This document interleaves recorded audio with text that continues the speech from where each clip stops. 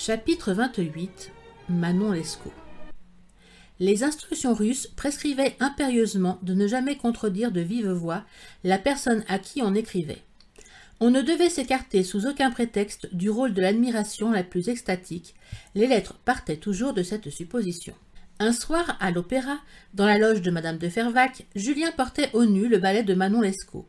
Sa seule raison pour parler ainsi, c'est qu'il le trouvait insignifiant. La maréchale dit que ce ballet était bien inférieur au roman de l'abbé Prévost. Comment, pensa Julien, étonné et amusé, une personne d'une si haute vertu vantait un roman? Madame de Fervaques faisait profession 2 ou 3 fois la semaine du mépris le plus complet pour les écrivains qui, au moyen de ces plats ouvrages, cherchent à corrompre une jeunesse qui n'est, hélas, que trop disposée aux erreurs des sens. Dans ce genre immoral et dangereux, Manon Lescaut, continua la maréchale, occupe, dit-on, un des premiers rangs.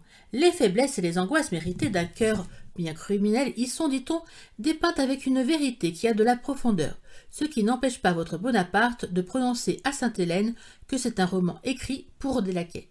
Ce mot rendit toute son activité à l'âme de Julien.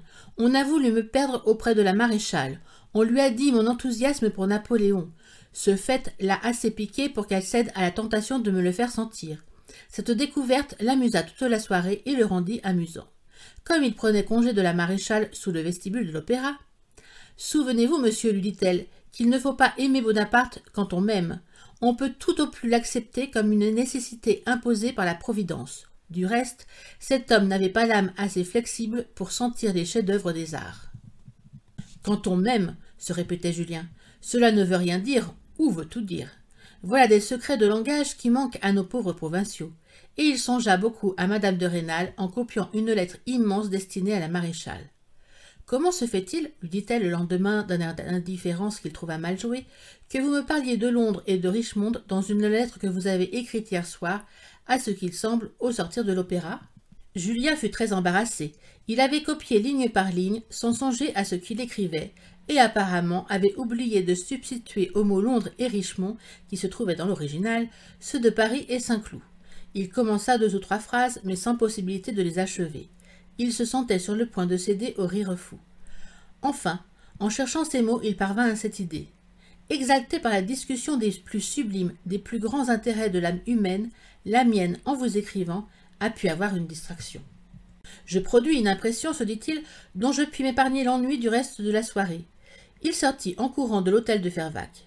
Le soir, en revoyant l'original de la lettre par lui copiée la veille, il arriva bien vite à l'endroit fatal où le jeune Russe parlait de Londres et de Richmond. Julien fut bien étonné de trouver cette lettre presque tendre. C'était le contraste de l'apparente légèreté de ses propos avec la profondeur sublime et presque apocalyptique de ces lettres qui l'avaient fait distinguer. La longueur des phrases plaisait surtout à la maréchale. Ce n'est pas là ce style sautillant mis à la mode par Voltaire, cet homme si immoral. Quoique notre héros fît tout au monde pour bannir toute espèce de bon sens de la conversation, elle avait encore une couleur antimonarchique et impie qui n'échappait pas à Madame de Fervaques. Environnée de personnages éminemment moraux, mais qui souvent n'avaient pas une idée par soirée, cette dame était profondément frappée de tout ce qui ressemblait à une nouveauté. Mais en même temps, elle croyait se devoir à elle-même d'en être offensée. Elle appelait ce défaut « garder l'empreinte de la légèreté du siècle ». Mais de tels salons ne sont bons à voir que quand on sollicite. Tout l'ennui de cette vie sans intérêt que menait Julien est sans doute partagé par le lecteur. Ce sont là les landes de notre voyage. Pendant tout le temps usurpé dans la vie de Julien par l'épisode Fervaques, Mademoiselle de la Mole avait besoin de prendre sur elle pour ne pas songer à lui. Son âme était en proie à de violents combats. Quelquefois, elle se flattait de mépriser ce jeune homme si triste, mais malgré elle, sa conversation la captivait. Ce qui l'étonnait surtout, c'était sa fausseté parfaite. Il ne disait pas un mot à la maréchale qui ne fût un mensonge, ou du moins un déguisement abominable de sa façon de penser, que Mathilde connaissait si parfaitement sur presque tous les sujets. Ce machiavélisme la frappait. Quelle profondeur, se disait-elle. Quelle différence avec les négos emphatiques ou les fripons communs tels que M. Tambeau, qui tiennent le même langage. Toutefois, Julien avait des journées affreuses. C'était pour accomplir le plus pénible des devoirs qu'il paraissait chaque jour dans le salon de la maréchale. Ses efforts pour jouer un rôle achevaient d'ôter toute force à son âme. Souvent la nuit, en traversant la cour immense de l'hôtel de Fervaques, ce n'était qu'à force de caractère et de raisonnement qu'il parvenait à se maintenir un peu au-dessus du désespoir. J'ai vaincu le désespoir au séminaire, se disait-il. Pourtant, quelle affreuse perspective j'avais alors. Je faisais ou je manquais ma fortune, dans l'un comme dans l'autre cas, je me voyais obligé de passer toute ma vie en société intime avec ce qu'il y a sous le ciel de plus méprisable et de plus dégoûtant. Le printemps suivant, 11 petits mois après seulement, j'étais le plus heureux peut-être des jeunes gens de mon âge. Mais bien souvent tous ces beaux raisonnements étaient sans effet contre l'affreuse réalité. Chaque jour, il voyait Mathilde au déjeuner et à dîner. D'après les lettres nombreuses que lui dictait M. de La Mole, il la savait à la veille d'épouser M. de Croisenois. Déjà cet aimable jeune homme paraissait 2 fois par jour à l'hôtel de La Mole. L'œil jaloux d'un amant délaissé ne perdait pas une seule de ses démarches. Quand il avait cru voir que mademoiselle de La Mole traitait bien son prétendu, en rentrant chez lui, Julien ne pouvait s'empêcher de regarder ses pistolets avec amour.